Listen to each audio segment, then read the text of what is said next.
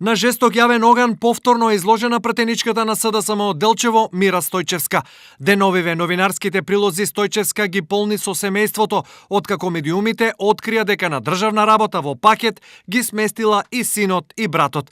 Паралелно со останатите, среќата да се слушне со Стојчевска си ја повика и ТВ Стар, но среќа немаше ниту за нас. Зошто претеничката одбрада молчи кога од народот е избрана да зборува и дали е во ред кога избраните молчат или се кријат? Плашат се. Не се реални. Само гледат до фотеите и после дигнат рација од обични граѓани. Тога не тражат не само за гласање. Просто не им требаме. Треба да кажат нешто, да дадат отчет, ама се кријат.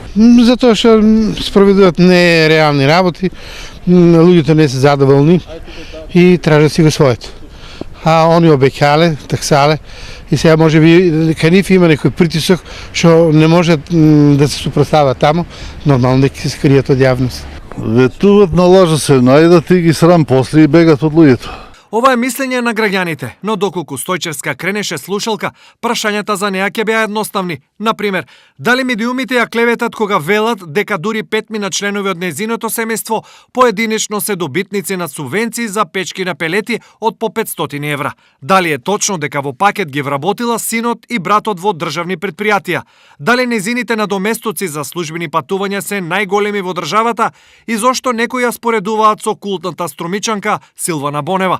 Во меѓувреме, јавноста низ социјалните мрежи веќе реагираше на овие прашања, а дел од нив и пренесуваме. Што сакаш ти, дете, да бидеш кога ќе пораснеш? Син на Мира. Света Мира, заштитничка на огласите за работа. Сподели ја иконава ако и ти бараш работа.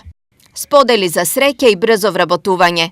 Кучето на Мира е вработено во гранична полиција.